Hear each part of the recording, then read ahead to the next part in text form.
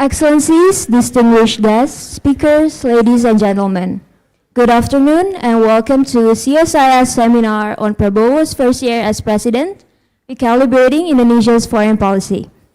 My name is Stephanie Lydia and it is my honor to be your host on today's event. This event is organized by Center for Strategic and International Studies, CSIS Indonesia, and will discuss how Indonesia's foreign policy under President Prabowo addresses evolving challenges and whether it signifies a recalibration or a continuation of Indonesia's long-standing diplomatic principles. Before we start our agenda, please allow me to warmly greet our distinguished guests. May I please welcome Dr. Yose Rizal Damuri, Executive Director of CSIS Indonesia, Dr. Shafiah Muhibat, Deputy Executive Director for Research of CSIS Indonesia. And last but not least, I would like to extend a warm welcome to our distinguished speakers, participants who have kindly joined us today both in person and via our YouTube live stream. Now, without further ado, to formally open the discussion, may I invite Dr. Yose Rizal Damuri, Executive Director of CSIS Indonesia, to the podium to deliver his welcoming remarks. Pa Yose, the floor is yours.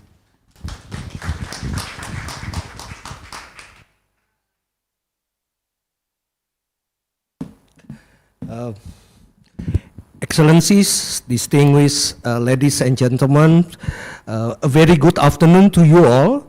Welcome to CSIS and also welcome to CSIS seminar today on Prabowo's first year presidency. I'd like to thanks also to speakers who come all the way from the US, for example, Anne-Marie, and also my dear friend Philip Vermonte, as well as Yeremia, also Yeremia, to be able to agree to share your thoughts about and assessments toward the first years of presidency. Also, I'd like to thank to all of you, all the excellencies and distinguished participants of today's discussions.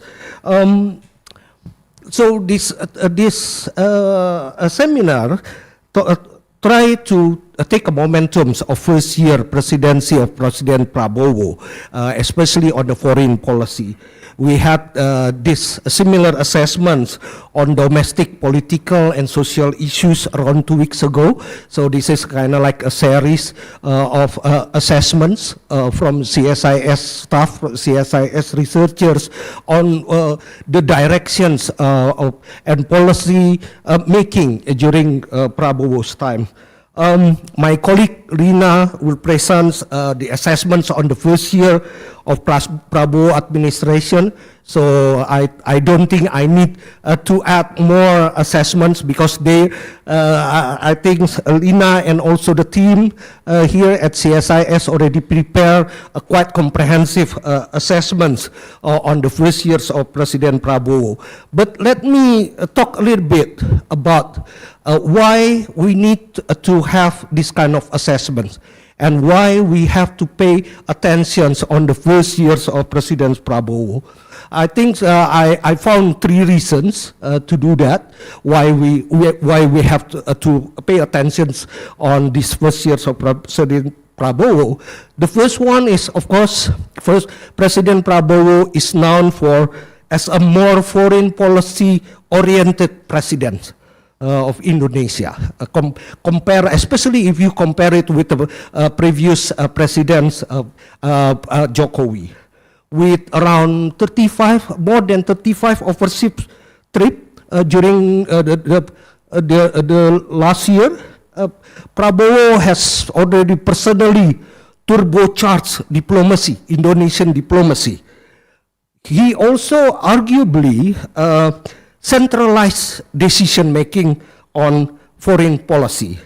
He tried to elevate the Indonesian visibility and also try to expand deal-making spectrums on Indonesia's diplomacy. But although it also attracts questions about the coherence of the policy as well as the effectiveness on the follow-up actions through existing mechanisms. Maybe we can discuss about it. The second reasons why we need to pay attention on the first year of Prabowo is that because Prabowo aims at using various foreign policy to support and promote administration programs. During the campaign periods 2 years ago, I think, in this very own room, he also mentions that foreign policy is supposedly to be used to support the domestic improvement and especially on the economic development. Especially for him is to improve food resiliency and energy resilience. That those two are the big, I think, major aspects of President Prabowo program, and also he tried to utilize foreign diplomacy, foreign policy in order to support to that. But we can also see in other areas of engagement, like for example in defense equipment and industrial defense industry, for example. But, or we can see also recently how humanitarian issues, particularly in Gaza, have been used to amplify Indonesia's voice globally, and also at the same time for domestic political support. So that's the second reason. The third reason why we have to pay attention to that is that the fact that currently global situations is undergoing a very significant change, significant shift that also face a lot of challenge to Indonesia and also need to have a response from Indonesia. So it is very important for us to assess if this administration foreign policy could respond strategically and appropriately toward the current dynamics. And if necessary, we also can provide recommendations on how to change these foreign policy directions so that it's more suitable to respond to the current geopolitical and global economic dynamic. So I hope our discussion today and assessments would also shed light to our understanding on the first year's Prabowo's presidency on foreign policy, and perhaps we could also find some policy recommendations in order to make this foreign policy becomes more effective in the future. So again, I'd like to thank you all for sharing your time here with us and also to share your knowledge, perhaps your insights about the foreign policy under President Prabowo, and hopefully this discussions would be useful for you, for us, as well as for the making of better policy formulations in Indonesia. Thank you very much.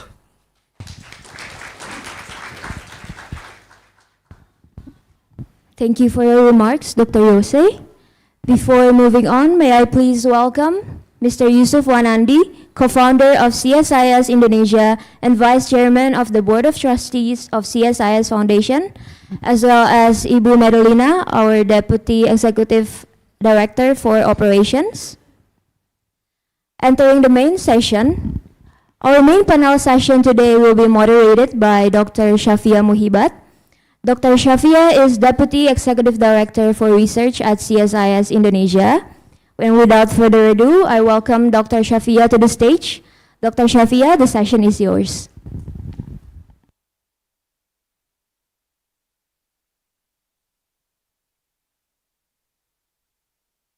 Thank you so much, MC. Can I invite all of the speakers to also join me on the stage? First, Ibu Lina Alexandra, and then Bapak Phyllis Vermonte, Ibu Anne-Marie Murphy, and then Bapak Yeremia Lalisang. Please do.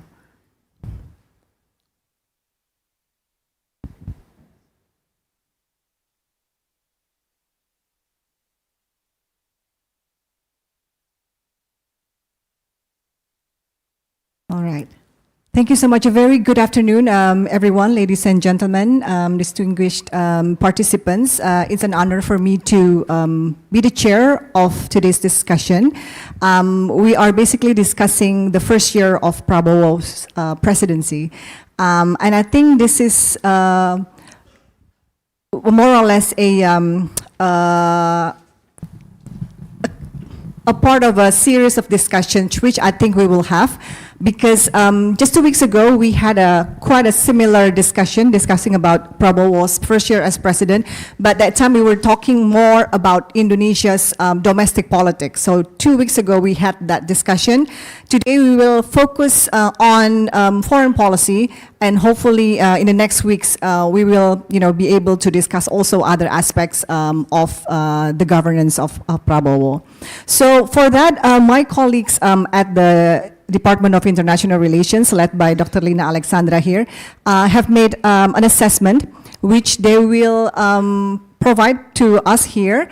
So we will begin this discussion by first having to listen to the assessment from CSIS, what they think about Indonesia's foreign policy for the past year, where the achievements are, where are the some of the things that have to be improved, and so on. So without further ado, I'd like to invite first Lina Alexandra. She's the head of Department of International Relations here at CSIS. Thank you very much, Fifi. So I hope this is not something quite redundant, actually, because I think many institutions have done also some assessment about Prabowo's foreign policy. And as Yose mentioned earlier, this is actually the toughest job, to be frank, because Prabowo is very fond, very interested on foreign policy, and he always considered foreign policy as part of his strength, his core portfolio as a president. But I think this is, as mentioned earlier also, I think this is something very, very important to look at, especially toward the end of the year, to really reflect. And from that, I think we can really see how Indonesia's foreign policy will move forward. So basically, I think it's very common to look at when you assess, about the performance of the foreign policy. You look at immediately. You think about what continues and what changes. What changes that we are seeing. So the first part will be looking at what has been done by the president for the past year. So essentially, I think. The team in CSIS, especially part of the Department of, we as the Department of International Relations see that many, I think we talk with different, foreign diplomats, things like that. They always praised our president as being very, very active. And of course, that impression is not wrong, definitely, because compared to the previous president, he's really, make a lot of visits, foreign visits, attending different forums, in meetings, and so on and so forth. But the big question is really whether, as Pak Yose mentioned, whether there's a coherence and substance in the activisms that he's doing. And certain analysts even mention whether the activism is actually hyperactivism rather than the real activism itself. So in this case, we kind of sum it up a little bit, that the foreign policy under Prabowo's first year actually exhibits, to a certain extent, sound strategic instincts. But the main point is really actually the instinct itself, because what we are seeing is a very highly centralized process in the foreign policy formulation or making, and it's very weak in terms of articulating what sort of agenda that he would like to pursue throughout those activism. So in terms of what he has done, in past year, as you see, in terms of visits, right? We calculated, including the last visits that he made, there are already 37 foreign visits that he made, just in 1 year, to 25 countries across the globe.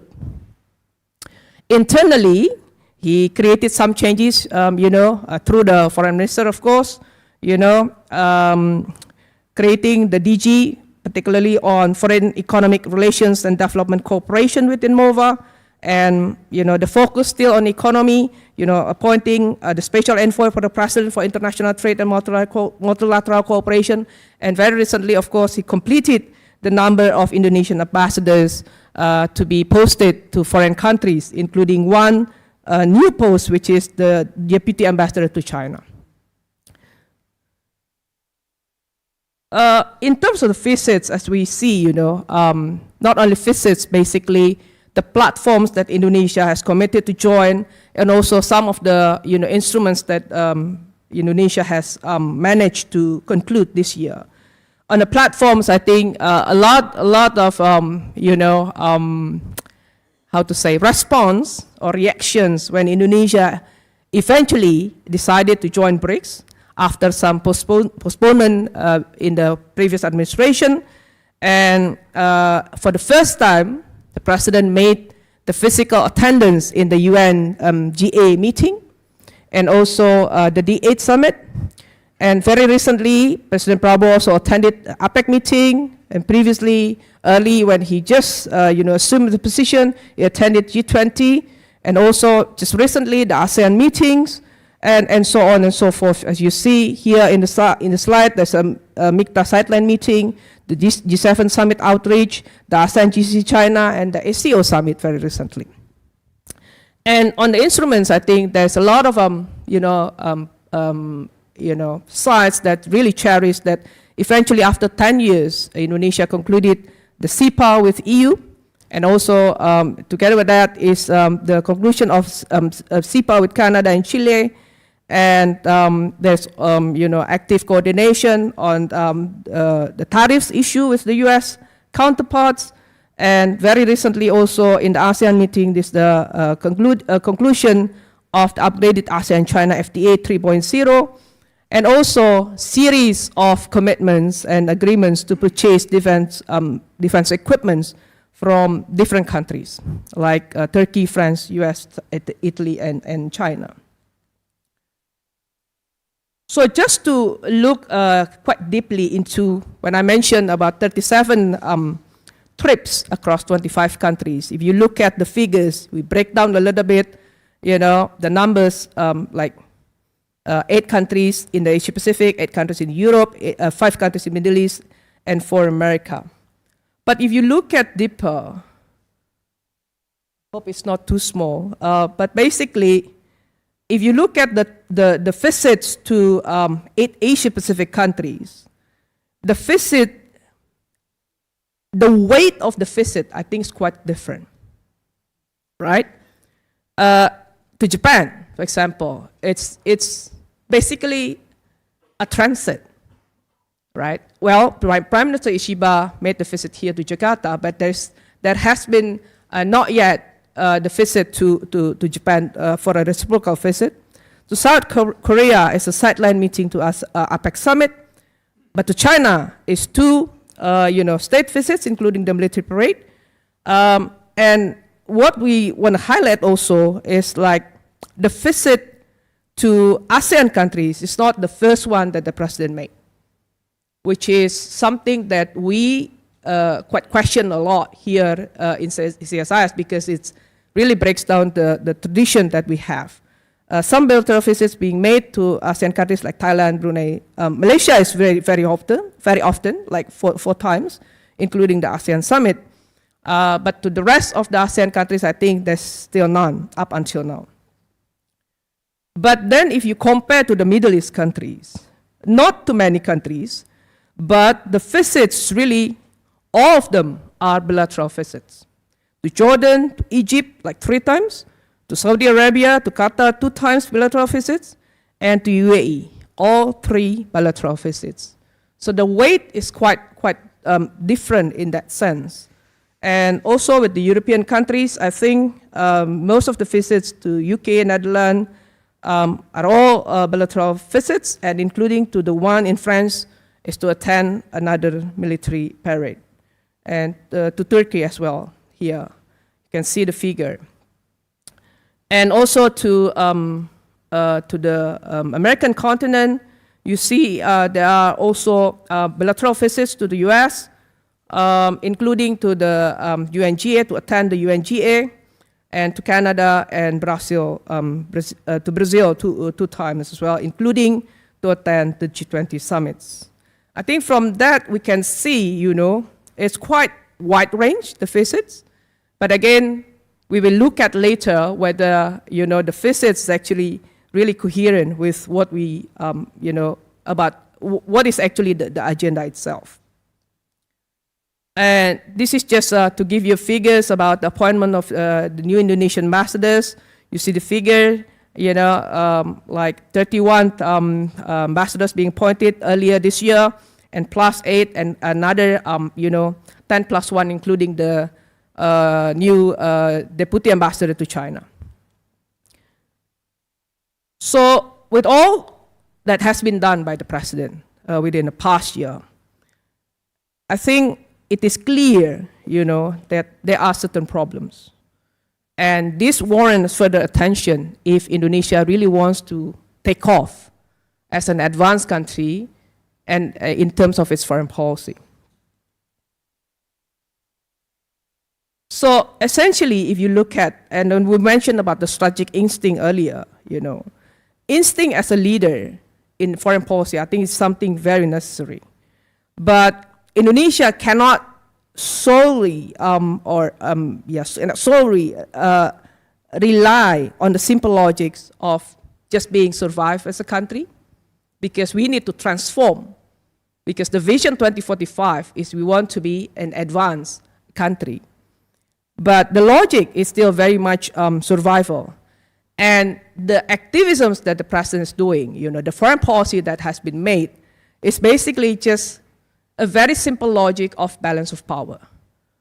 Take it, for example, when the criticisms against the president saying Indonesia is tilting so much toward China, then the president follow up with a visit to the US without really clear agenda what we want to pursue. So, and also in terms of joining this and that platforms, including BRICS, including G20, and then now we are still in the queuing line for OECD, and then we are also mentioning, like the president is basically mentioning that we are seeking to join SCO, for example. I think there's still a lot of questions, what kind of rationale that we are having to join such platforms. And also the rhetoric. I think the rhetoric also really matters, because on the one day you're seeing the president saying, well, I think Indonesia must join the multilateral cooperation, that we are seeking to pursue openness in our economic policy. But then the next, in the next occasion, what we are seeing is the president keep repeating again and again, warning against foreign agents and how Indonesia should defend state monopolies and self-sufficiency. We are a big country, we need to fight against that. And also, I think the points that really, where the criticisms is most of the visits, especially to the Middle East, there has been a lot of focus on, securing the defense procurement dealings, and purchasing defense equipment from multiple suppliers, merely to give an impression that we are a non-aligned country that want to diversify, our, defense suppliers. I think that not really sells quite well, because we are still asking whether there's a coherence in planning, and also the impact of interoperability, for example. Aside to that as well, I think there's a lot of criticisms also about the presidents really like to attend, the parades or events, of competing powers, One time to the US, attending, the parade as well, and then China, and also to French, And then I think people domestically really question what is really the substance of doing so. So in essence, basically, there is a clear absence of strategic agenda from doing numerous visits and attendance in various forms. We are not saying that the president shouldn't go anywhere. But the point is really, when you go, you have to bring really strategic agenda about what Indonesia wants to pursue. So it's not, and also joining platforms. It's not only simply saying, oh, we are joining this platform and that platform without a clear agenda, except saying, well, we want to be balanced. We are joining BRICS, but we are also joining OECD. That doesn't sell, I think, that kind of argument. And the one that we really miss when the president's saying that, oh, Indonesia must pursue a more global engagement, and that's what he's doing. But for us, the criticisms really, as much as we need to diversify our partners, we need to expand our engagement with different countries. That doesn't mean we should put aside the existing, the traditional, the core engagement, the core partnerships that we already have. And this is something that we are seeing from the very recent, series of meetings in the ASEAN summits. So I think, well, the president attended the summit, yes, in Kuala Lumpur, but he missed some really, really important meetings, including the RCEP summit that Indonesia has been proposing very strongly and seeking for the secretariat of RCEP to be in Jakarta, to be in Indonesia. Then he made an early return. We all know it from the media. He missed a very important meeting, as well as the East Asia Summit and also the ASEAN-China meeting, the +1 meeting. And I think for us also, it is a pity that the president did not bring up the issues of the importance of improving the ASEAN institutionalization process, the importance of ASEAN, needs to create the crisis management mechanism within ASEAN, something that Indonesia missed also when we took up the chairmanship in 2023. And this add up to the, for us, the missed opportunity in the beginning of his term when the president, the government, did not, celebrate the 70th anniversary of the ASEAN-African Conference. It's not only the celebration, but that was really the momentum, the platform for Indonesia to say out loud to the world about the foreign policy vision that Indonesia has. But the government missed that opportunity as well. Same with this, missing this RCEP summit. And also on democracy, if I may add a little bit, Indonesia clearly has a waning commitment, to promote, to project its democratic, credential or policy, which is really something that has been questioned a lot in terms of our commitment to democracy in the future to come. So just to wrap up, it's still some of the points, but if I may, basically what we are seeing is the institutions, there's still, a lot of homework to strengthen our institutions, which is the foreign ministry. Because now what we are seeing, as we all know, the president is the real foreign minister. A lot of questions asking, where is the foreign minister? What is actually the role of the foreign minister? So I think the foreign policy, as we know, cannot be handled by one person only. And also, in addition to that, the role, the oversight role in particular, from the Commission one, from our parliament, to really show that Indonesia also applying these democratic processes in the foreign policy making as well. And the last point really on this is how the foreign policy making should also involve the inputs from the technocratic source, on how the government really willing to engage with the policy experts to really shape the foreign policy, rather than just solely, relying on himself to think about what should be the foreign policy to be done. Just very quickly, if I may, Fifi. So basically, in terms of the BRICS membership, a lot of issues there. We are no longer questioning why we are joining BRICS. But I think what are the key takeaway, really, what what we need to pursue, because we are already part of the BRICS, we are already a member, on how we can meet our responsibility, on how we can realize the potential benefits, on how we can prepare, contribute a coherent agenda to the BRICS, to the BRICS forum. So the next focus really, on how we can advance, for example, BRICS to pursue technical cooperation among its members, on how BRICS can provide public goods, It's not only focusing on how to wage the geopolitical rivalry, because I think that's not something that Indonesia wants to pursue. On the joint development agreement, which is very controversial, on South China Sea, I think Indonesia really have, to get back to its original point, really, on how we need to pursue toward cooperative mechanism, yes, but I think that should be fully consistent with international law and regional frameworks, and how Indonesia can really push for the negotiation of the COC that really benefits ASEAN countries in the future. On the US tariff negotiation, I think Ibu and Mary will talk much on this, but basically what we want to criticize is, and the one that we want to really underline is, we should not rush with this.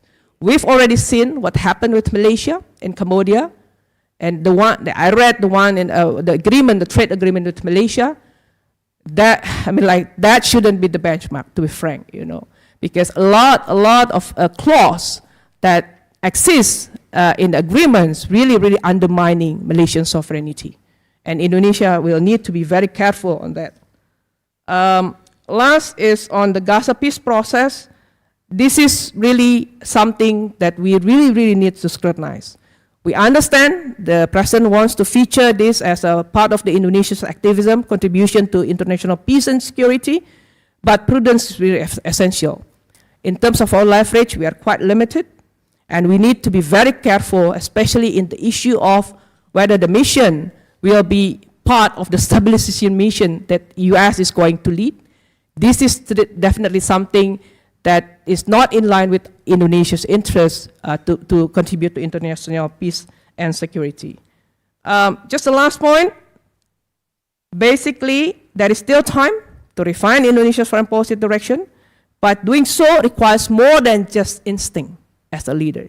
It calls for a transparent, rational, and consultative process open to the experts and public inputs, not confined to a narrow circle of advisors that might not be, have a lot of knowledge on foreign policy.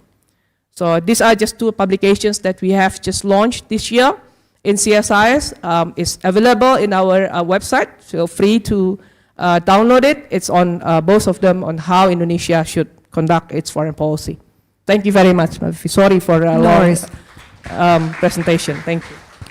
Thank you, Lina. A lot of notes taken. So among all, basically, we note that there are progress, but definitely problems remain.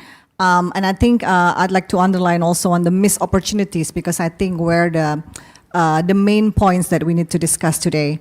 To reflect on what was said by by Lina, by the findings of CSIS, we have three speakers, three panelists to join the discussion today. I think we are very fortunate to have them with us. Let me just briefly introduce one by one. So on my left here is Dr. Vermonte, Senior Fellow of CSIS and also the Dean of the Faculty of Social Sciences at Universitas Islam Internasional Indonesia. To his left is Dr. Yeremia Lalisang. He is the head of the undergraduate program, I think that's the correct, at the Department of International Relations at Universitas Indonesia. We're very proud of Yeremia, one of the rare China expert in Indonesia. And to his left is Professor Anne-Marie Murphy. Anne-Marie is the professor at the School of Diplomacy and International Relations at Seton University, and also currently a visiting fellow at CSIS for the time being. So let me just ask the three of you to just basically quickly reflect on some of the things that Lina was saying earlier on this, progress, problems remaining, and also some of the missed opportunities. If you could just give me your very brief assessment, maybe 5 minutes each, on what parts you agree on, what parts you think we need to elaborate more, or there are parts that you don't agree on. Mas Phillips, can I start with you? Thank you, Fifi. Very good afternoon, everyone. First of all, thank you for inviting me, for having me here to share my thought and my reflection on the 1 year of the so-called President Prabowo's foreign policy. I'm glad that this is, we are having this conversation today, not 2 months ago. Because if it is 2 months ago, I have a lot to defend. But now, I'm as free as Lina to speak about anything. Number one, I think I agree with Lina's last slide. That is, there's the saying about war is too important to be left in the hands of generals only. And I believe as well, diplomacy is too important to be left only in the hands of diplomats. And that's why I think Lina's make a very good point about including more inputs and insights for Indonesia's foreign policy making. Number two, if I may frame what my observation about the foreign policy in the past 1 year, I think this is just my reading. What the president has been doing is frame it into the 3 Ds. Number one is the first D is development. Number 2 is defense. Number 3 is diplomacy. Both development and defense, he framed and conducted through diplomacy, and that's why I think the president has a very strong conviction that the two can be achieved through befriending leaders and countries, and more importantly, countries that are not Indonesia's traditional partners. So I think then it makes sense to see why, for example, he's not going to Japan immediately or Southeast Asia and so on, but he's looking for new avenues for his domestic agenda, as Lina rightly pointed out, that with this ambition of 8% economic growth and so on, he certainly, whoever become the president today, with that 2045 agenda to be, golden era of Indonesia in 2045, I think that kind of economic growth must be achieved year by year towards that end in 2045. So I think what he and his team had in mind was really to find a new sources for this feeding the economic development agenda of Indonesia, and that's why I think every time he went to any summits, G20, APEC, this is the second APEC. Last year he went to APEC as well, G20.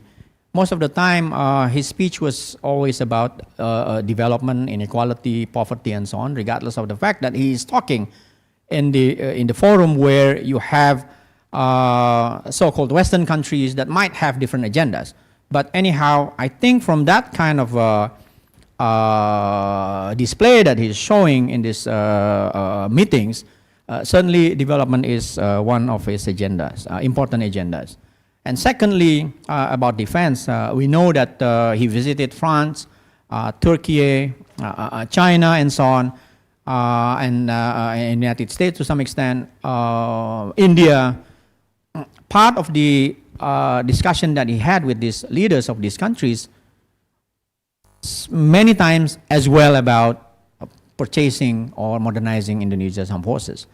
And it is as well understandable because he was the Minister of Defense, and with his military background, certainly he has this cognitive needs of modernizing Indonesia's military.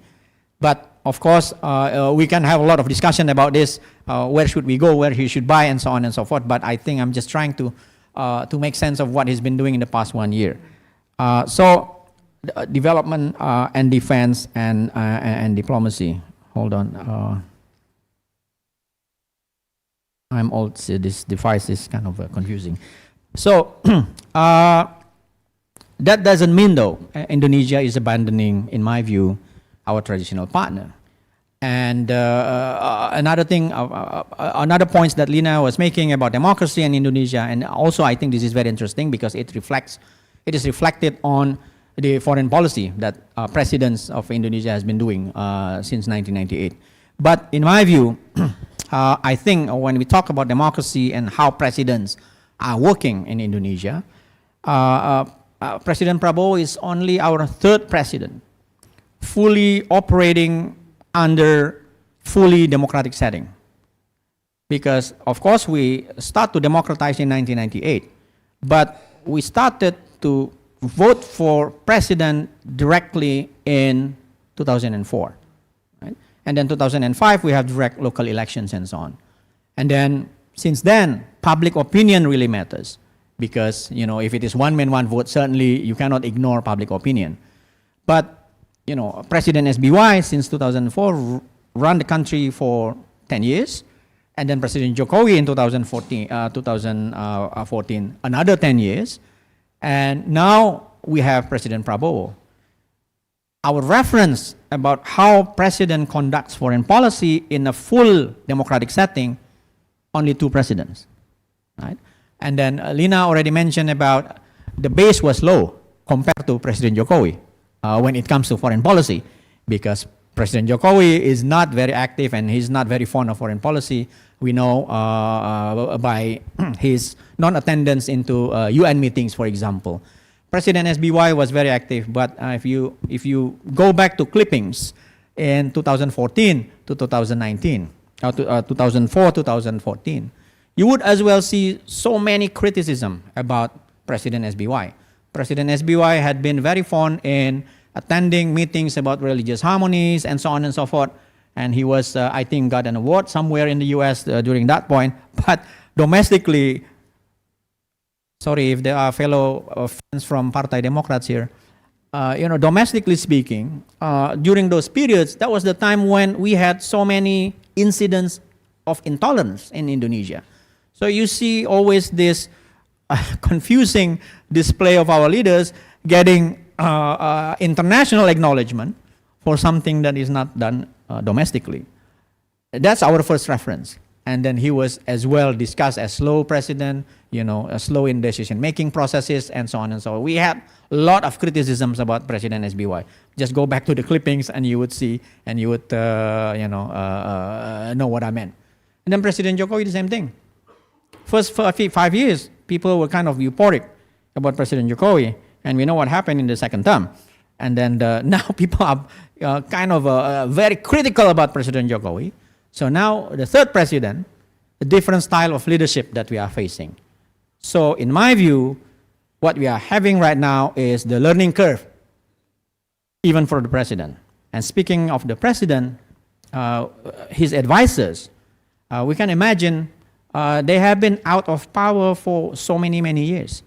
Pak Prabowo self-imposed exile since 1998, right? And then kind of not involved in any way in Indonesian politics. He tried to win the presidency since 2014 and even before that, but he didn't make it. So I think, now this is the cognitive part that Lina was mentioning that I would agree on. Maybe what he had in mind was still the frame that he's been thinking for a long time. For example, this talk about free meals. This is not new, because if we look at the documents that he wrote in 2014, he already put a lot of thinking on this. Whether we agree or disagree on this, but I think that's not true as well. That is compulsive. Same thing about maybe not aligning, that's a wrong word. Befriending non-traditional leaders of Indonesia. I think he's been talking about this for a long time as well. And then about development and defense and diplomacy, Pak Yose earlier when he had this introductory remark, when he was here during the campaign, I was lucky or unlucky, Pak Yusuf appointed me to be the chair of that session with him. I think at that point we knew exactly what he would be doing, certainly about development, because what he was saying, and this is normal for any president in my view, to have trying to link between foreign policy and development and domestic situations and so on and so forth. He said very clearly that he want to go about development, poverty, inequality, and so on and so forth. Maybe, because the question that we posed at the time, do you admire China or not? And he said, yes, I admire China because they were able to lift people up of poverty, right? And so on and so forth. Now, there's a slide, I think the response was, this is a trick question according to him, right? Because I think he knows what people are trying to get was whether he would be democratic enough, right? When he became the president of Indonesia. But I think so far what we've seen that we are able to criticize him, as sharp as what we've been doing at CSIS without so far, hopefully, no repercussion. I think we are still operating under that kind of democratic context that I'm talking about. Number three, I think, of course, I think we have to understand the limit of the Indonesia's foreign policy and our resources. And then there's so much talk about Indonesia being a middle power. Now, middle power can project power, not to the major power. We can only project power, if we will, to other middle powers or lesser power. So I think then from that kind of perspective, it's as well normal if he's been talking about the global south, about multilateralism in his speech in the UN and so on, emphasizing that Indonesia would not abandon multilateralism, which I think a good thing, because we know multilateralism is under attack. For a country like Indonesia, multilateralism is our last defense. And for sure, major power would care less about carrying out international law, be it in the Middle East, in South China Sea, or in Ukraine, and so on and so forth. We've learned enough, we've seen enough, that then multilateralism would be still our last line of defense. And Indonesia should, I think, commit it in this various form of multilateralism. Now, if I may, lastly, I think we also need to understand that we are, all of the countries, Indonesia included, we are operating in a very environmentally, very volatile situation geopolitically, right? And then we have Trump in the White House, President Xi into his third terms, and then Erdogan, Macron, and so on. They all have domestic problems. And then as far as I know, as far as I follow, for example, political base support for Erdogan is kind of waning. Macron is as well, all these leaders that Indonesia is now befriending, rather in a shaky situation. So I think, if I may, if I'm asked to suggest something, right, be careful of who we are befriending, because their domestic situation might change as well overnight. And if we are so much into certain countries, that would bring some effects of repercussion. If political change occurred in these countries, then I think I should stop there, just responding to Rina's presentation. Thank you. Thank you so much, Mas Phyllis. We'll definitely get back to you again for some comments, but let me turn to the other panelists as well. Can I go to Professor Anne-Marie Murphy first? Same question, how do you reflect on some of the things that, the findings of Lina's research? Well, thank you very much for having me, and I just want to thank CSIS for hosting me, UIII as well, and the Fulbright group who's back there for getting me here to Indonesia. In terms of reflecting on what I thought was an excellent, comprehensive, and very insightful roundup of Prabowo's first year, I just want to make a couple of comments. Lina really focused on the fact that Prabowo's policy was very reactive. Fully agree. But I also, following up on Philip's point about the volatility in the international system, as a longtime observer of Indonesian foreign policy, I cannot imagine, or I cannot recall another environment as difficult, going all the way back to the early reform era when Indonesia was under pressure for the for the East Timor issue, to accept the UN peacekeepers, to comply with the IMF structural adjustments that, were later deemed to have deepened and worsened it, the U.S. arms embargo, pressures across a whole range of issues. I mean, to me, this current environment is the most difficult one that any president has traced. So reactive, yes, but we're also facing a time of momentous change, driven in part, as Phillips has noted, by the Trump administration, which we all expected to be America first, withdrawal from global leadership, et cetera. What I certainly, and I don't think most analysts expected, was the wholesale attack on parts of the global order, particularly the global economic system, withdrawal, and again, attacks on the UN, not just, a lack of participation or support. So this has really created a whole new effort. So I just want to flag on that. We were also asked to, focus on what kind of surprised us a little bit. One of the things, just to follow up on the point about Global South joining the BRICS, I have been surprised by the Sukarno-esque narrative that Prabowo has adopted. We always think of him as the military guy, Suharto's son-in-law, et cetera, and yet when we look at a lot of his speeches, both domestically and in the foreign policy arena, they're really evoking a kind of third world spirit, et cetera, to the point that was made earlier about missed opportunities, to the extent that he really does seem to want to advance that. Cutting the budget for the anniversary of the Bandung conference was a shot in the foot. Just quickly on the issue that was raised about institutions, and to follow up on Pak Phillips' remarks about SBY as a foreign policy president. We all knew that Prabowo came in, right? Very confident of his views, and he would be a foreign policy president.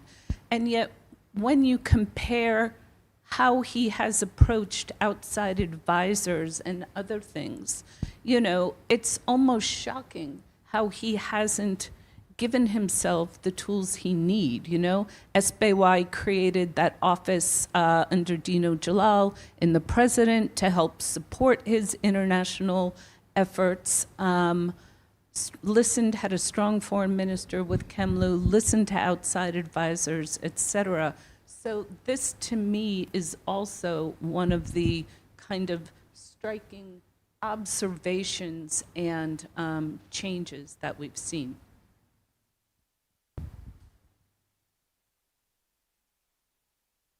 Much, Professor Anne-Marie Murphy. I turn to Mas Yeremia. Same question, are there any particular issues that you would like to emphasize on, please? Thank you. I'd like to congratulate first the CSIS team for making this a very comprehensive review of the first year Prabowo's foreign policy.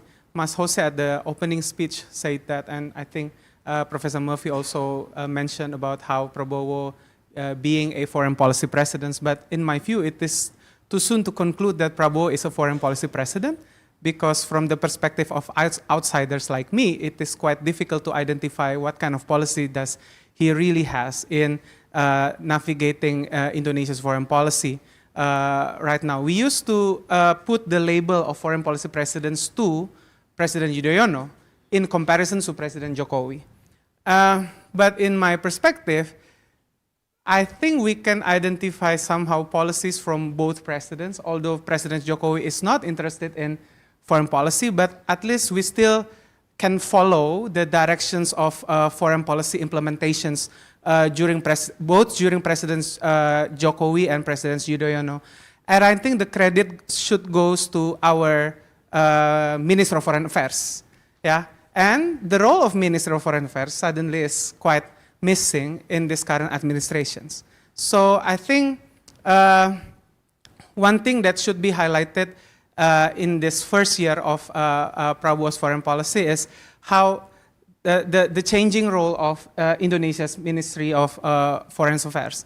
And it is somehow concerning because I think we do not need like transformational changes, maybe in some sectors, but we should also ensure that there has to be like continuity, because we already have partners to engage with for so long time. We already spend energy and resources to conduct our diplomacy, and then I think this kind of effort should also be continued under the safeguarded by our Minister of Foreign Affairs.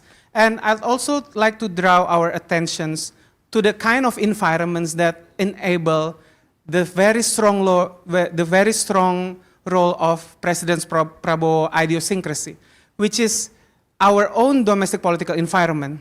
President Prabowo could do everything because right now we are in the situations when we can see there is an absence of significant opposing socio-political forces. So meaning that Prabowo, both domestically and internationally, can project whatever his vision. But again, the question is, when the presidents become very active, which is in line with our bebas active principle, the question is to what extent this kind of activism contribute to our bebas, to our strategic autonomy, to our long-time efforts maintaining our independency and in projecting our own, in serving our own national interests. So this is like the most important questions we need to reflect in this first year of, the show of very active international engagement. To what extent very active international engagement contribute to our strategic positions, like the bebas principles, the imperative to divine our own interests, and the imperative to really choose the way we need to do in serving our national interests. I think. Thank you, Mas Yere. Now I'd like to continue with discussing some more specific issues. I'll get back to, going back to Mas Phillips again. In her slides, Lina, I think, mentioned some of the, missed opportunities from the very recent ASEAN summit.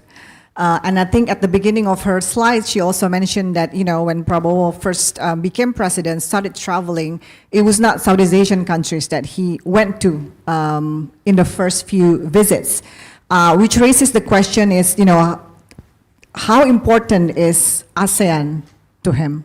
What do you think? I think for every president of Indonesia, ASEAN should be at the forefront of Indonesia's foreign policy. But as well, we at CSIS remember that actually some of us were saying ASEAN is one of the stones, not the cornerstone of Indonesia's foreign policy. Now that's why be careful of what we are wishing for, right? Suddenly you have a president that, for the time being, I think, look beyond ASEAN. But in my view, I think what the president did in the past 1 year was still working closely with the chair of ASEAN, and that is with Malaysia. The president caught a very good relationship with Prime Minister Anwar Ibrahim.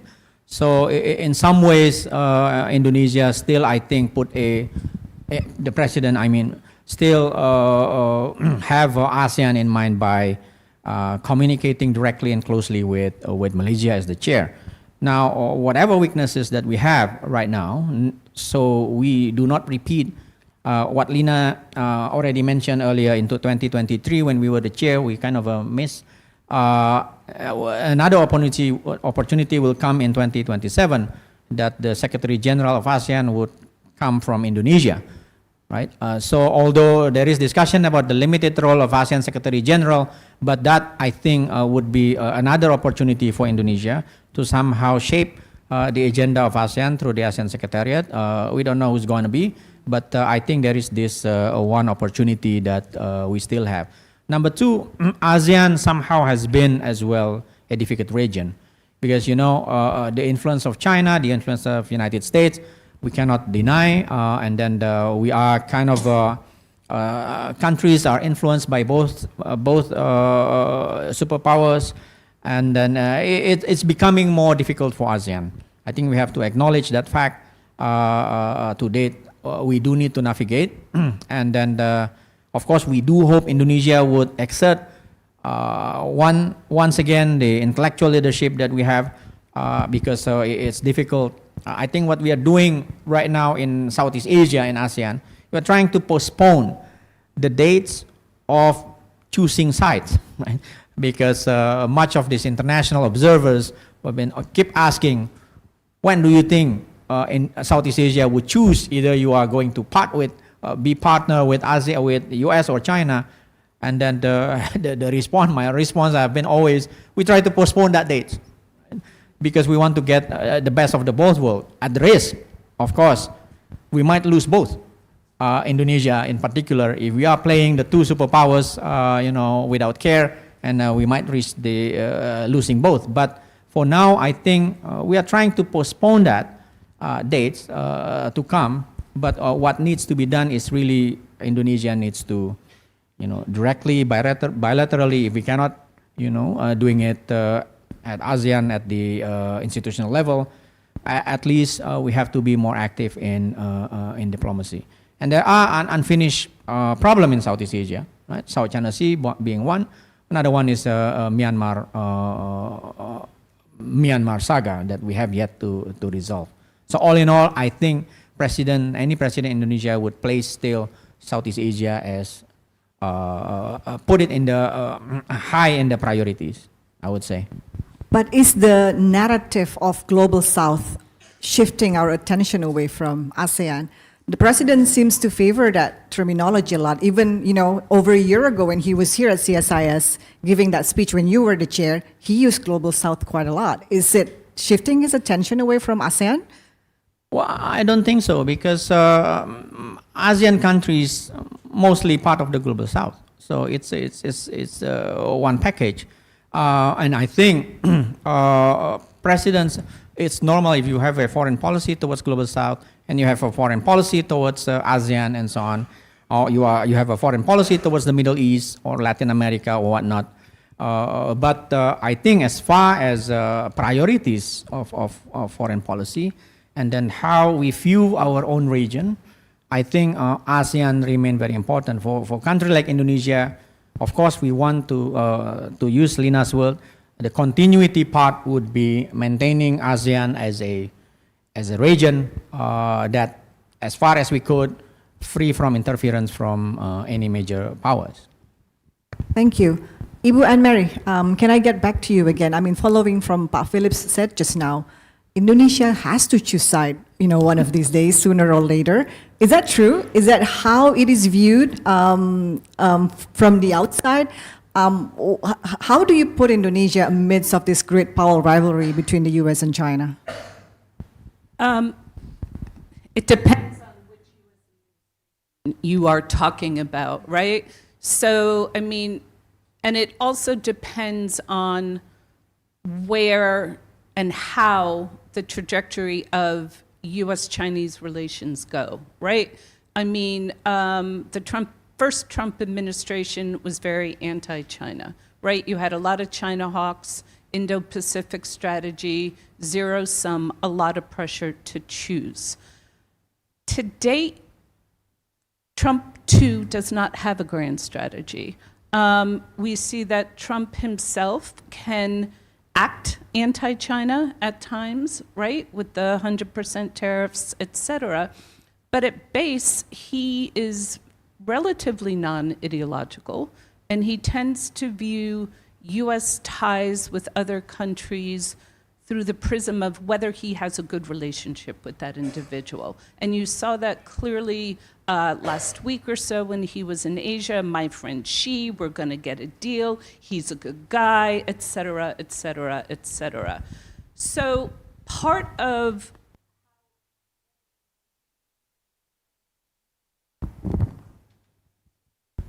I can just yell.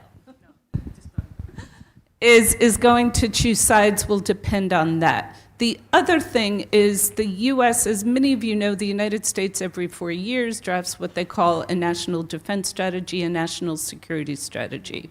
That was supposed to be done in August. It's still not done.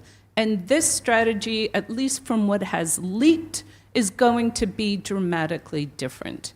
It is going to say that the key U.S. threat that the U.S. national defense strategy is focused on is securing the American homeland. All right? So very domestic-oriented, consistent with America first.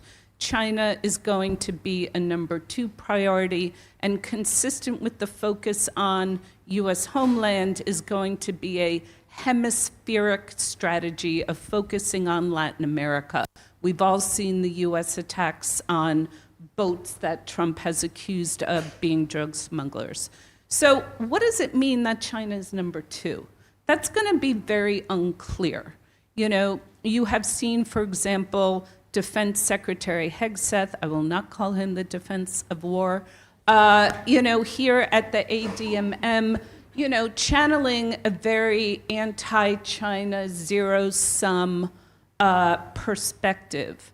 But whether that ends up continuing over time really remains to be seen, because these strategies tend to dictate things like where budgets are allocated, where ships are allocated, will there be sufficient ships to do phone-ups in the South China Sea, which can raise tensions with China, or will those ships be diverted to the Caribbean? So there is a lot of uncertainty there. So whether the Trump administration really puts a lot of pressure on Indonesia, I think remains to be seen. Okay, but with that assessment, how do you see the bilateral relations going forward? Indonesia-US, you know, when we first got the tariff deal, everybody was, well, quote unquote, happy about it. But then at the ASEAN summit, the other countries got another deal and we didn't. So everybody was questioning that. And how do you see the bilateral relations going forward, especially with Prabowo at the head? Yeah.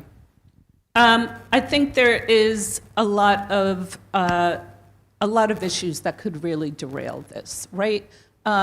Because in part, you have 2 leaders who are very similar, right? President Trump, President Prabowo, key decision makers, not a lot of outside influence. They are both also old men, and they are also both somewhat tempestuous. They can anger easily and spout their mouth off, and that's not always good for bilateral relations. So where are there issues that could kind of trigger some conflicts? Lina made a lot of comments about the BRICS, right? Trump is on record as saying, hey, he's going to sanction any BRIC country that tries to, do trade in local currency, issues that would diminish the power of the US dollar as the global reserve currency. Well, that's exactly what Indonesia has stated it wants to do with Brazil, a whole slew of other countries. To date, that hasn't arisen as an issue. That is certainly something that could erupt in the bilateral issue. Maritime security was mentioned.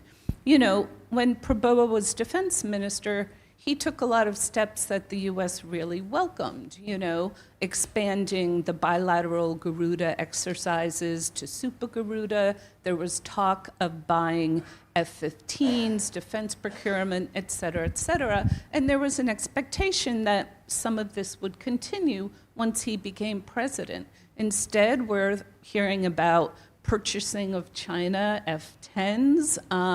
You have these pictures of Prabowo flanked by Putin and Kim Jong-un at the Chinese parade. So, you know, there's these kinds of issues as well that could lead to a reassessment. The 2 biggest ones, of course, are the tariffs, as you mentioned.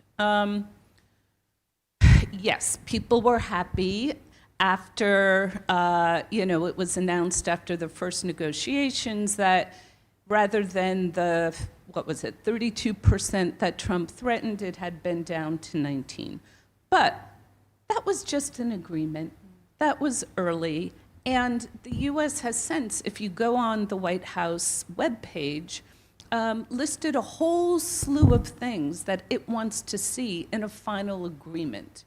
And these are tremendous things. 99% tariff-free access for U.S. goods, purchase of a lot of U.S. agricultural products, et cetera, a lot on non-tariff barriers, and most importantly, of course, Lina mentioned all of these issues in the Malaysian deal about requiring Malaysia to consult with the U.S. over digital and a whole slew of things, and to join the U.S. in sanctioning third parties.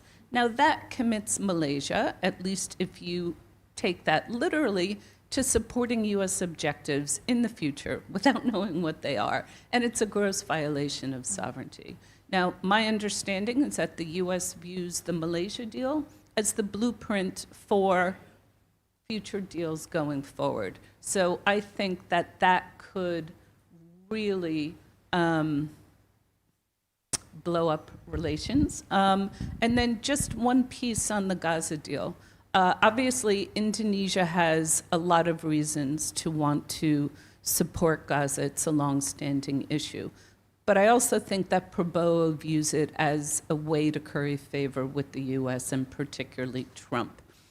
So what could go wrong? Clearly, Indonesia does not want to send troops unless they're under a UN mandate, and Indonesia has never sent troops unless it was a, kind of blue helmet peacekeeping operation. The draft that I have seen of what the U.S. is proposing to send to the UN Security Council is for a stabilization force, right? It's not peacekeeping, it's peacemaking. It requires de-arming Hamas, et cetera, et cetera. Number one, unclear Indonesia wants to go with that. Number two, at least some of the drafts that have been published have a very large role for the Israeli Defense Force. So how the process might go, because apparently they're looking for a joint command, how all of these details will evolve are very unclear. But I can certainly see many ways in which that whole issue, rather than being a source of cooperation, could end up being a real source of conflict between Indonesia and the U.S. Thank you, Ibu and Mary. Now to Mas Yere. So if we go back to Lina's slides again, she had a long list of discussions towards the end. She mentioned BRICS. She mentioned the Joint Development Agreement in the South China Sea. She even briefly mentioned about the interest to join the SCO. So all of this have a China factor in it. Although, nowadays it's difficult to discuss anything foreign policy without a China factor. But is that a valid assessment that this is an important issue, important factor in Indonesia's foreign policy? I think Prabowo understands that there should be continuity in our relations with China, meaning that it is quite difficult to imagine to keep China out of our foreign policy calculations. So I guess his intentions to approach China is genuine. But if he is asked, for example, whether he is also interested in expanding relations with other great power, it is very likely that he will also say yes, meaning that it's just a matter whether, I don't know, whether he received the invitations or not. I mean, whether he is approached or not. I mean, he will also probably go to other venues or other events, invitations from other great powers. So I think in this aspect, China has been quite active. Maybe China reads that I need to be very sure about the directions of this new government. So They have been very active in approaching Indonesia and offering so many opportunities. And maybe China rightly identified that the new presidents really need the international stage and China over it. So the answer is always yes. And I think, but we need to really see in the bigger picture, because it is still like 1 year of presidency. We do not know what is going to happen next. So hopefully after this 1 year, like somehow leaning towards China, there will be like more opportunity for President Prabowo to also follow up with their his visit in these first years of administrations. I kind of see in our relations with China, we need to also observe beyond Prabowo himself, because in foreign policy, in relations with China, there are many Indonesian actors that are ready to follow up any kind of signals from the top leadership. Business community is only like one example. There are various different factions of business community that are ready to grasp opportunity that China might offer to Indonesia. Then Prabowo makes sure that this community can make follow-ups. So the questions for the relations with, for example, with the US, with the European Union, do we have similar kind of foreign policy circles? Something like that. That maybe like bureaucratic agency that is ready to follow up what is next after my president's visit, then I need to follow up with certain actions. And I think Prabowo keep the playing field open for every bureaucratic agency to follow up whatever his visit. Then the chance is quite open for any improvement of relations with other great powers as well, then, not only with China. You've been observing Indonesia-China bilateral relations for quite some time. How would you rate the level of our bilateral relations now? You can make comparisons with before, but how would you rate it? If we compare with the first year of Jokowi's presidency sealed a mega project with China only in 3 months. But Prabowo has not yet get what he wants from China up until 1 year.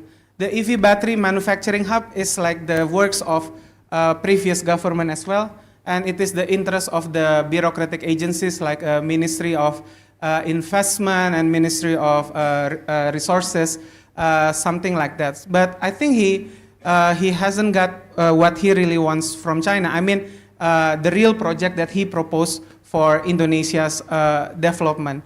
And if we are talking about the structure, we used to have like sorry if I use this kind of term, gatekeeper for our relations with China, but during President Jokowi's era. But I think right now, we haven't seen any centralized authority or unit that manage our relations with China. Through him or her, China can having like easier communications with the Indonesian side. What I'm trying to say is President Jokowi shake hand with Xi Jinping and made a very quick follow-up, implement a very strong top-down national strategic project status, giving China a lot of facilities, so on and so forth. But up until 1 year, President Prabowo's, can we see similar structure or similar mechanism? I don't think so.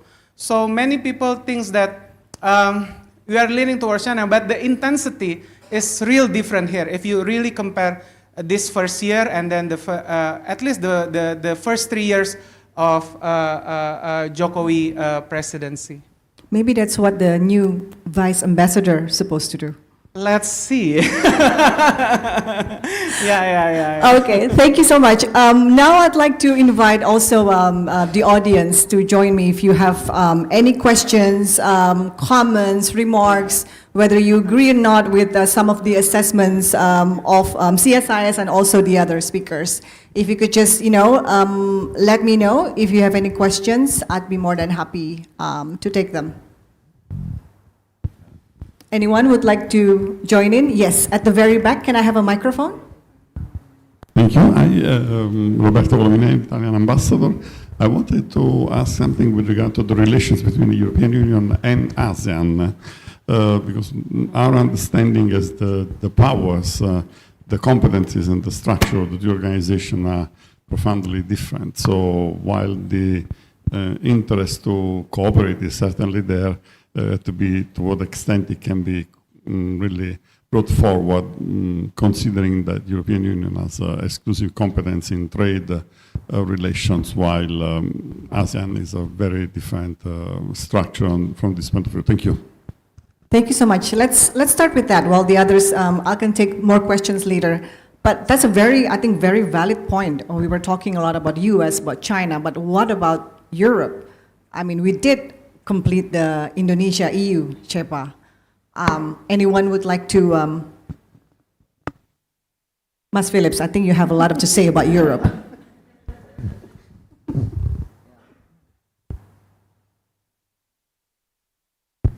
Yeah, I have a lot to say. I lost my bag in Europe when we had Indonesia-Europe dialogue last year. Anyhow, I think other than EU CEPA, if I may flip the question is what would EU expect from Indonesia? And because there are a lot of expectation, I think, on the EU. Trump withdrew from so many agreements and commitment, you know, from climate, from the UN, withdrawing from WHO, UNESCO, and so on and so forth. Those are actually the multilateral platforms that Indonesia has been very active in, right? With regard to climate, now we have questions about climate financings and so on and so forth, mitigation, adaptation. Without the US, who will tap and pay the bills, for example? Same thing with WHO. WHO is instrumental. We just survived from the pandemic only 2-3 years ago. Everybody now forgot about the pandemic, but it's still a global challenge that we need to face. While if there is no countries that would fill in and supporting the works of WHO or FAO, for example, then we are all doomed, in my view. Now, EU seems to be the next candidate to be able to play some role in that particular front. But as far as we, of course, the price tag is too high for any countries to fill in. China seems to be not really wanting to do. And then the US, we have not seen any signals that US would go back to UN anytime soon. So then I think what we need now is really to have EU step in as well in this kind of cooperation with not only with Indonesia, but especially with this various multilateral platform that EU has as well been very active. Lina, you did put in the list of the European countries that President Prabowo visited. Was there any sort of like a strategic thinking behind these visits? Well, at the moment, I must say there is no specific agenda that he's bringing, to be frank, other than, once again, defense procurement, unfortunately. But again, back to the question, if I may respond. I think this is really the momentum. I think all the speakers talk about the volatility that we are seeing in the international system, and that particularly happens because of the Trump, erratic, unpredictable policy, especially regarding tariffs, and that hits, these erratic policies from Trump, not only on economic but also on security, for example. That really hits European countries as well as allies, as the traditional allies. With the US. So I think in that sense, I think we just finished an event with CAS yesterday, on also, but primarily, of course, talking about the relations with the European countries. And I think one of the key takeaways that we learned from the discussion is the European countries are also seeking to diversify partnerships with others. As much as Indonesia and Southeast Asia countries would like to diversify to face this uncertain, turbulent situation that we are facing. So I think in that sense, as Phillips mentioned also about the concrete, areas of cooperations with Europe, I think that's something that Indonesia will have to really need to pursue. So with the SEPA, I think the key really how to pursue the implementation. So implement. That's something that we want to pursue. And other than that, I think the point is really on the value-based foreign policy. I think that's something very missing. In this kind of world that we are having now, states are really tempted to move toward a very pragmatic, very transactional foreign policy. And Europeans, I think we can hope for the European countries to be the counterpart, to be the partners, to create a sort of value-based foreign policy. Because I think Europeans really put forward, the norms, the international rules that we need to pursue together in terms of also, pushing for multilateral cooperation to continue to sail. I think that's something that we might want to pursue with the European cooperation. Thank you. Thank you, Lina. Okay, I'll take more questions from the audience. Okay, I see one finger up here. Can I have a microphone, please?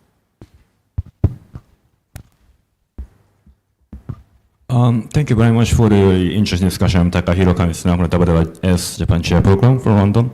Just a question about President Prabowo's kind of military defense policy, in which we see that he kind of engaging in multiple stakeholder in military industry related to Turkey for like fighter contract, also Japan Mogami class frigate also had a purchase contract kind of processing.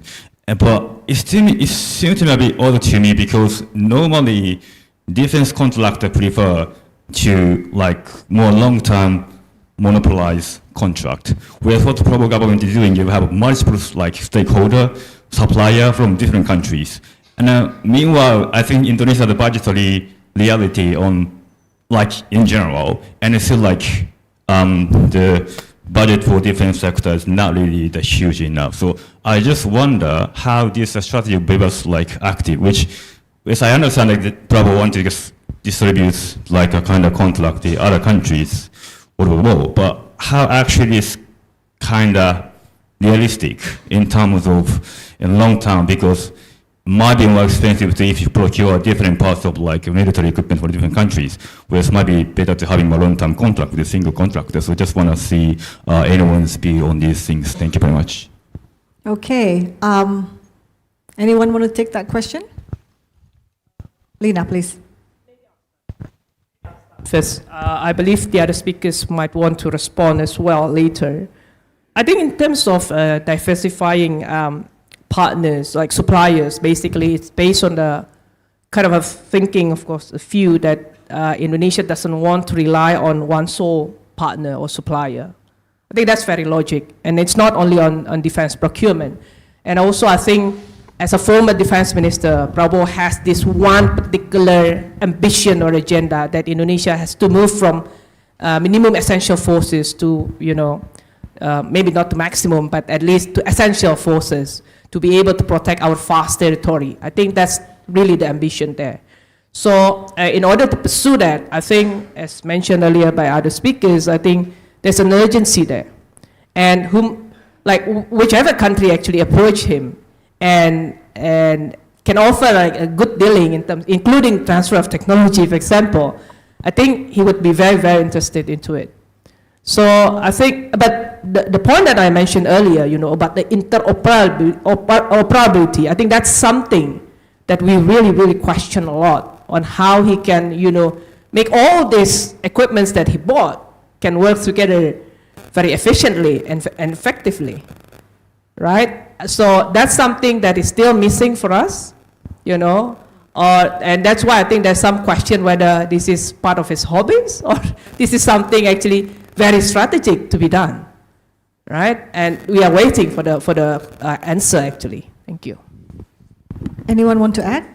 Just a little more. I think we have to say some facts as well, that actually it's very hard to acquire weapons from a Western country or Indonesia. It's difficult to buy weapons from the United States or from NATO countries for various, for obvious reasons, right?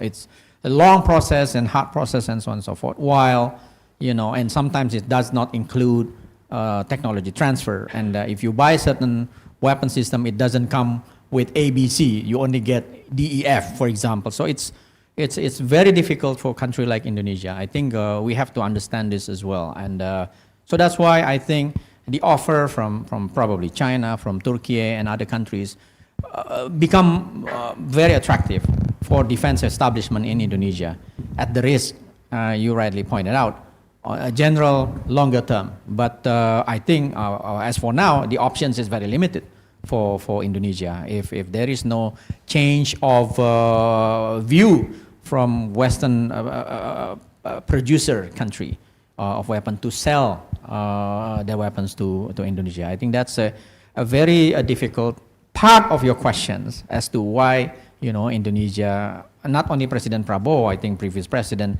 faced the same dilemma as well. Okay, more questions, please? Yes. Can I have a microphone up front?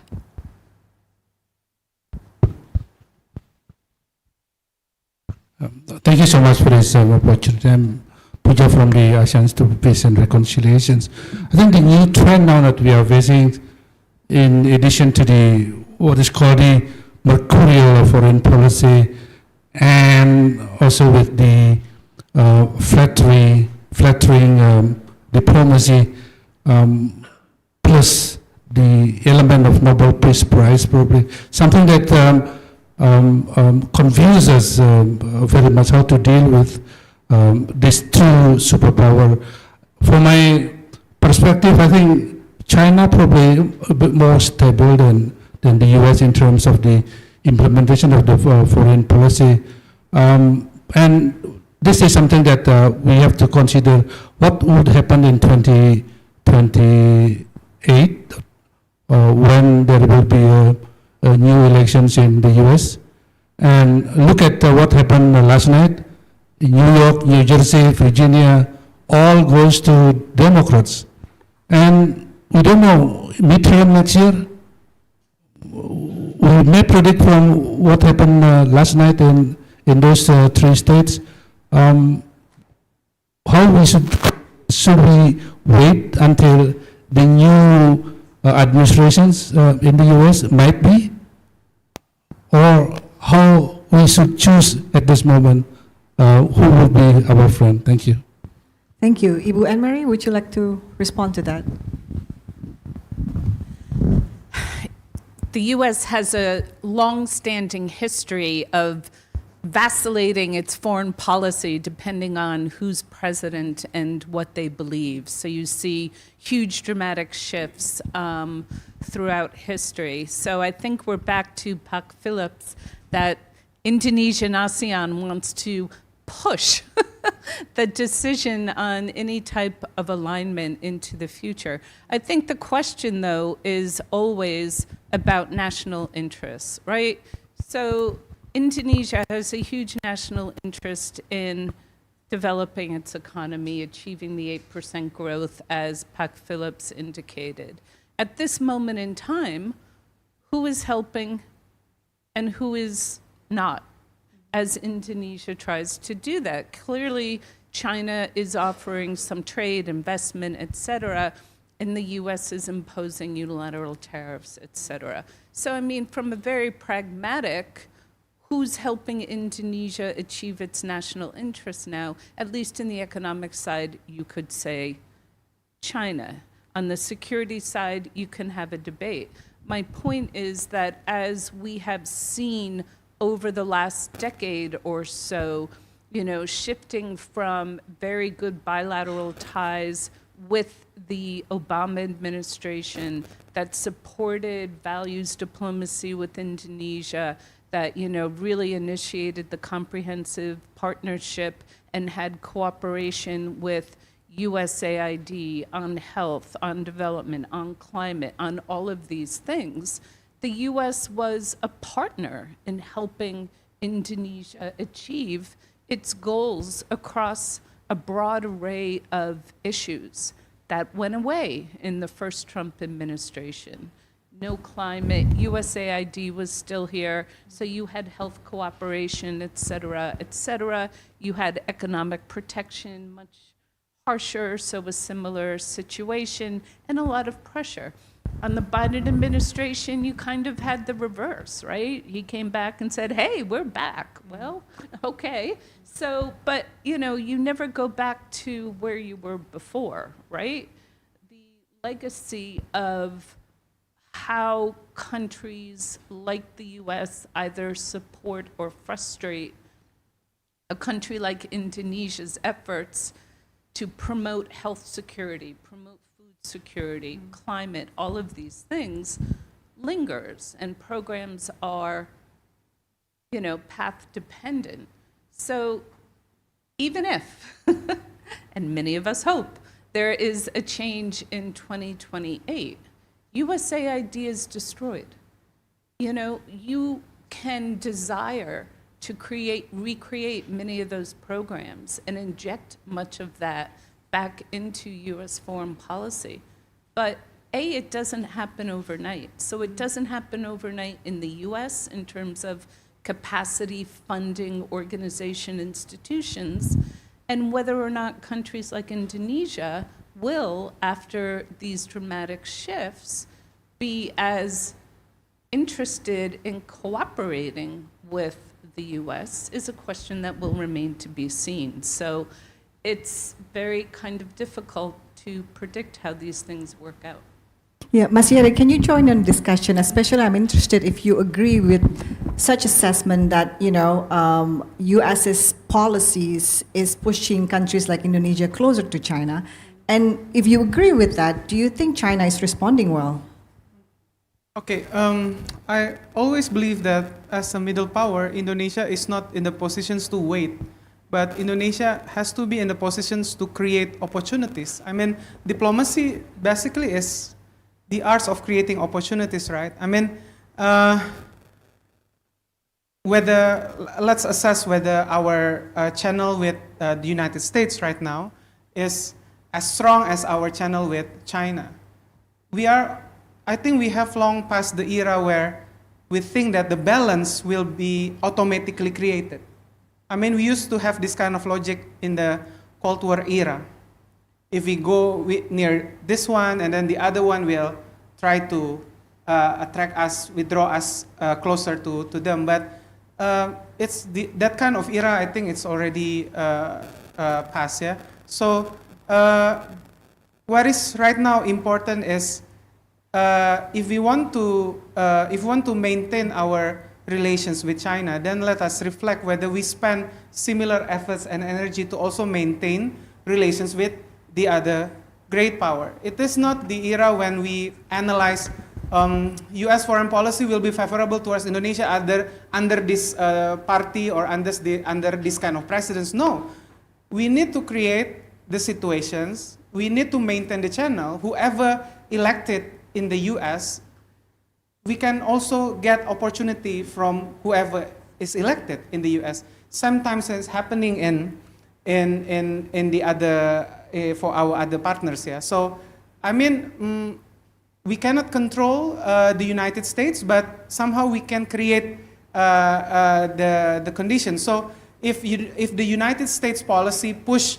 countries closer towards China, then my question is, why then we lose the channel of communications towards the United States, really maintain that our interests can be always communicated with the United States. It is not an era where when you have like a superpower like United States, and then you say that if you hate us, then I don't want to be closer with you. No, I think that's a wrong assessment of how should we conduct our foreign policy. Thank you. Okay. Yes, I have a question here. Please, can I have a microphone?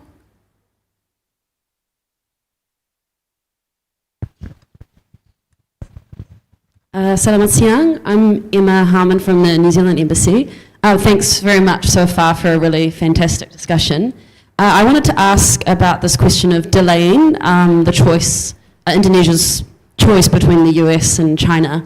And I was wondering, if you could put aside the sort of international volatility at the moment and some of the things that are happening, where you think maybe President Prabowo would naturally sit on that kind of continuum, and especially, you know, looking at perhaps some of the other countries with whom he's gotten closer, I think in recent months, I'm thinking particularly around Russia. And secondly, a sort of second part to that question, coming from a very small country, but in the region, what does that mean for countries like New Zealand and Australia? You know, where do small and medium countries fit within Prabowo's foreign policy? Thanks. Thank you. I think I saw another hand up just now. No? One more question? No? Okay. Anyone want? Pak Phillips, please. Just to illustrate about this necessity, if we have, hopefully not soon, to choose, quote unquote, between the two, either China or the US. I think from the perspective of Indonesia, an Indonesian, not Indonesia, I'm not representing the government. The US has been cooperating with Indonesia for a long time, right? And China, we just normalized the relationship in 1989. So China, before 1989 and after 1989 for Indonesia, certainly two different China, right? And maybe among Indonesians, there are still views that China is the China in 1965, right? Same thing on the other side from China, maybe Indonesia was seen still as that Indonesia in 1965 when the relationship broke down. So there are a lot of things that both countries needs to do culturally and so on and so forth. But China now has become such a powerhouse in terms of economy.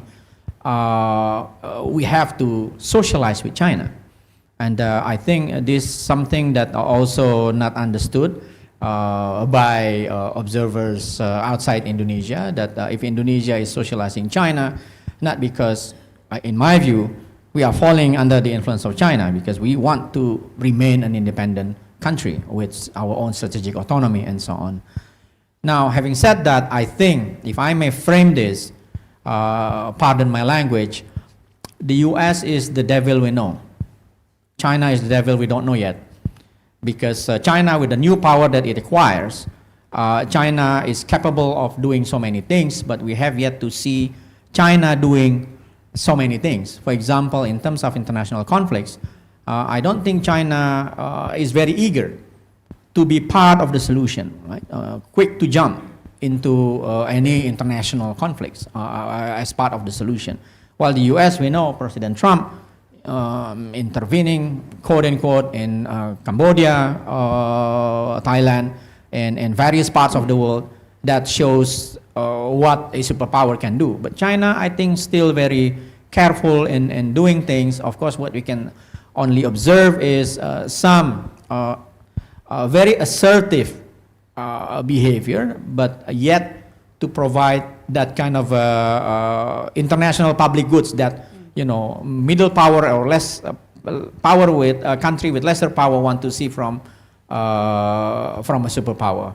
I think that's, if I frame, the US is the devil we know, meaning that we know that what the US will do, so to speak. But for China, we have still, I think, because so many things we don't understand about China.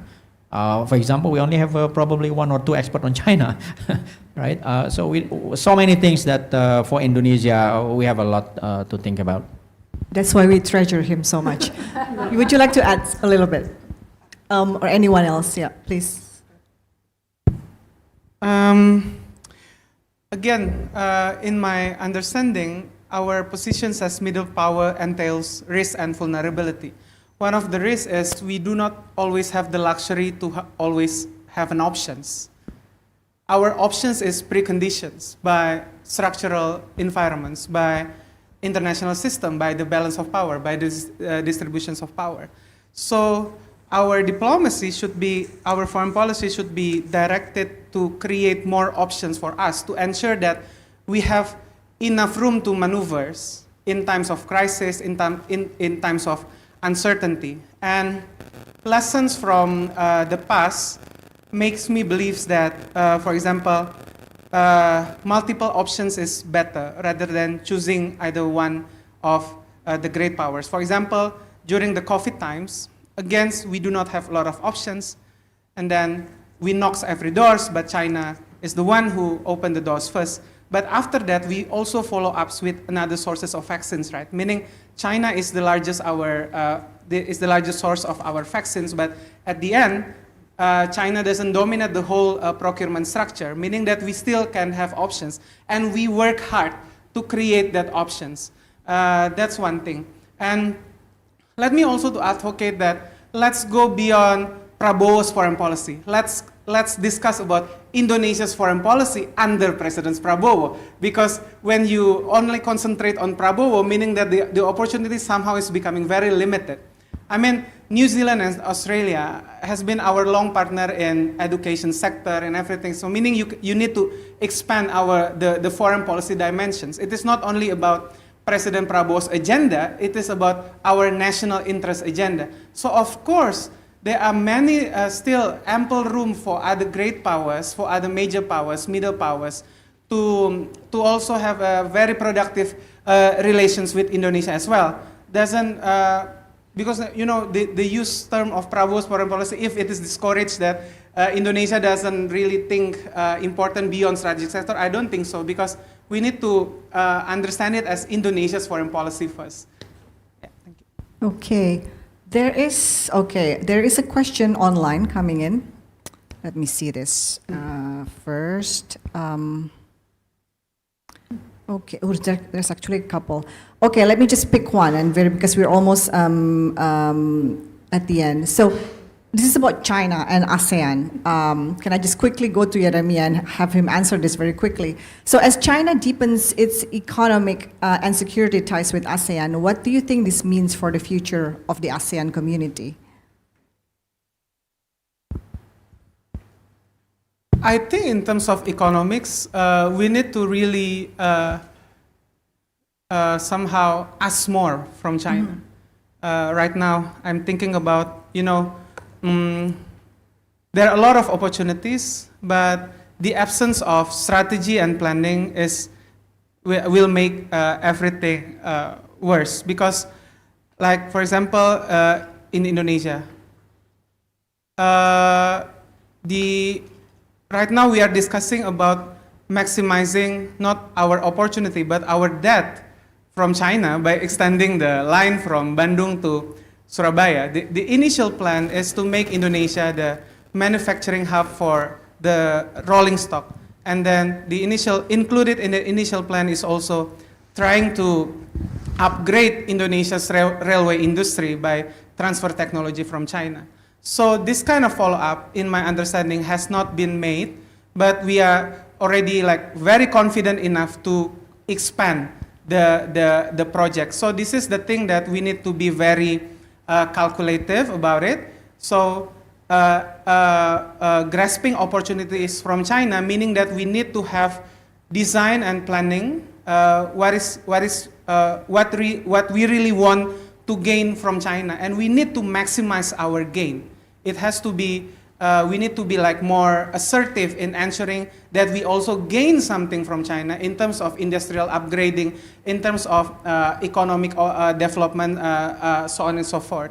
And I think it is important to emphasize for ASEAN, our economic interactions with China should not be perceived as something that will decrease our bargaining power in terms of security negotiations. And that is why that ASEAN needs to maintain its inclusive character, maintaining its in the driver's seat and its open nature of regionalism, meaning that, again, we need to diversify our partners. Keep ASEAN as a region can be stronger with the involvement of many other great powers as well. just like Prof. Murphy said, maybe China can provide us with particular opportunity in one sector, but I believe there are also many other opportunities in many other sectors that China cannot provide. So I think engagement with multiple options is the key. Thank you. Thank you. We have close to 10 minutes remaining, so I'm going to make the final question, and I'm also going to, this is for everyone, and I'm also going to give you a chance to maybe say some, concluding remarks as well. So my question is about the future. So how, what do we expect, what can we expect going forward in the future of Indonesia's foreign policy? So Prabowo has 4 more years remaining, and I'd like you to answer this question from 2 angles. The first one is, of course, ideally, what we wish for. What we wish Indonesia's foreign policy would look like. Now we have this list of limitations and problems, what do we want to see fixed? And the second angle is, of course, realistically, with these limitations, both internally, domestic politics, but also the external pressures, realistically, what can you expect from Prabowo in the next 4 years? Phillips, first is you. Yeah, I think I want to answer that question by reflecting what Excellency Ambassador Puja's question on the nature of domestic politics in the U.S. and how it affects U.S. foreign policy. And then Professor Anne-Marie Murphy also alluded to the fact that U.S. foreign policy might change and has been changing quite frequently, depending on the who's in the administration. And I think going back to my statement earlier about Indonesia and democracy and how this is only the 3rd president that we have fully operating under democratic system, I think this is a learning curve because right now we have 2 presidents and the 3rd one completely different. While if we were an established, mature democracy, maybe we would have some more continuity seen, regardless of who's in charge of the administration. Right now, we are learning about election, government change, election in 5 years. So our politicians, our foreign policy establishment, maybe the horizon is really, and our parliament as well, the horizon is really 5 years because of the cycle of election that we are now getting ourselves used to. So Pak Puja mentioned the midterm election and then in 2028 election. 2028 in Indonesia, maybe that's the time when the race started as well for 2029 election. So regardless of what happened in the US, in Indonesia in 2028 to 2029, that will be a period where we have even more uncertainty or inactivities because all parties, probably the president himself would concentrate much on winning the election the next year.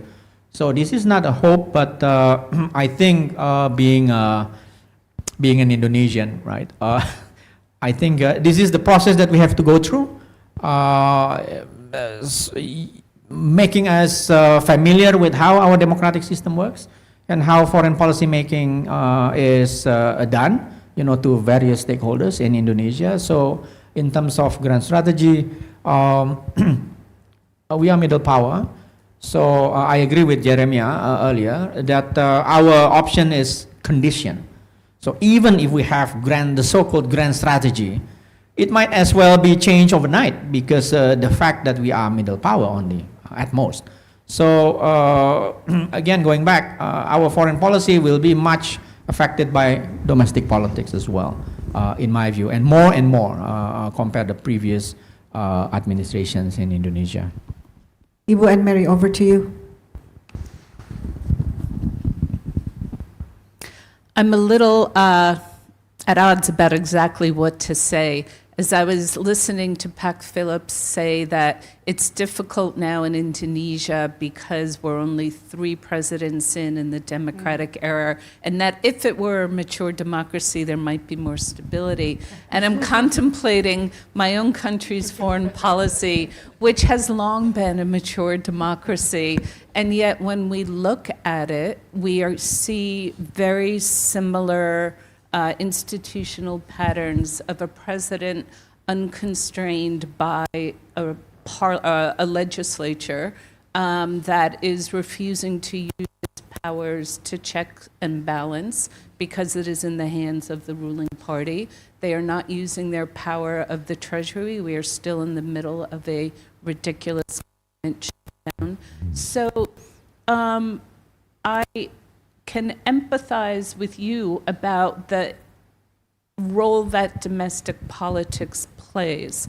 And I guess the question is there a way somehow to institutionalize a certain sense of a broad national interest that different constituencies can all buy into? I mean, that is what I would certainly want for my own country. But in terms of what I specifically wish for in Indonesian foreign policy, kind of beyond that, Prabowo clearly wants to play on the international stage, as everybody here has talked. The question is, where does ASEAN fit in, right? And usually it has been viewed as, you know, a cornerstone. Indonesia, as leader of ASEAN, carries more weight. And Indonesia, as a country that helps create positive change in Southeast Asia, whether it be in Myanmar, South China Sea, whatever, is a more valuable international actor. And I would like to see that recaptured, because I think there is a need for Indonesia's leadership in Southeast Asia, and I do think there is a role for Indonesia to play in the current global era that would help it to do. Yeremia, over to you. Yeah, maybe I think in the next year, I wish to see like a more bottom-up channel is open for our foreign policy decision-making process. Indonesia foreign policy should not only be relied on the top-down instructions from the president himself, I guess. That's one thing for sure. Then today, my second point is, today's seminar is about recalibrating Indonesian foreign policy, but maybe I'm going to propose that maybe we need to recalibrate our China policy. It is very important. It's not in a way that I advocate that we should keep China out, no. But maybe we need to pursue more quality rather than quantity. We need to ask more assertively from China. And I think it will be only do good for our relations with China if we also balance our engagement with the same energy and resources with our relations with the other great powers, I guess. Thank you. Okay, Lina, you have the last word. Thank you. So realistically, I think if business continues like this, I think, as Yere mentioned, we are not seeing Indonesian foreign policy, but what we are seeing is just a very transactional, even like down to business dealings, unfortunately. And what is even worse is that will put Indonesia really at the vortex of the geopolitical rivalry, right? Where we have to choose side, unfortunately, and that's something that we don't want to see. Ideally, just to take up the point from the previous speaker as well, I think we want to see a more bottom-up and a solid foreign policy team. What we dream of is to have kind of West Wing, the National Security Council in Indonesian foreign policy. That's something that we really, really need. And second, we need to be strategic and fill in what the platforms that we have joined. So we're just not simply there, we're just not there because we need to be simply there. We need to contribute something, shaping it to the interests of Indonesia, national interests of Indonesia. And third, if the president seeks to go global, I think he will need to bring Indonesia to nurture its global role. It's in ASEAN, in East Asia in particular, you know, to deepen the relations with the plus three as well, you know, China, South Korea, and Japan. I think that's also something very important in addition to, of course, not forgetting Australia and New Zealand. I think that's very, very important. Thank you so much. Okay, thank you so much. Thank you to all the speakers. So we have come to the end of our discussion today. Thank you so much for all the participants who have stayed on until quite late in the afternoon. Thank you so much for joining CSIS events. Please do stay tuned to CSIS social media and also our website to find out about our future events. And since Mas Yose is here, we've had a discussion on 1 year of domestic politics and now foreign policy. So next is 1 year of economic policy, which I think will garner a lot of attention from the public as well. So thank you so much again for attending, and please give the round of applause to our speakers. Thank you so much.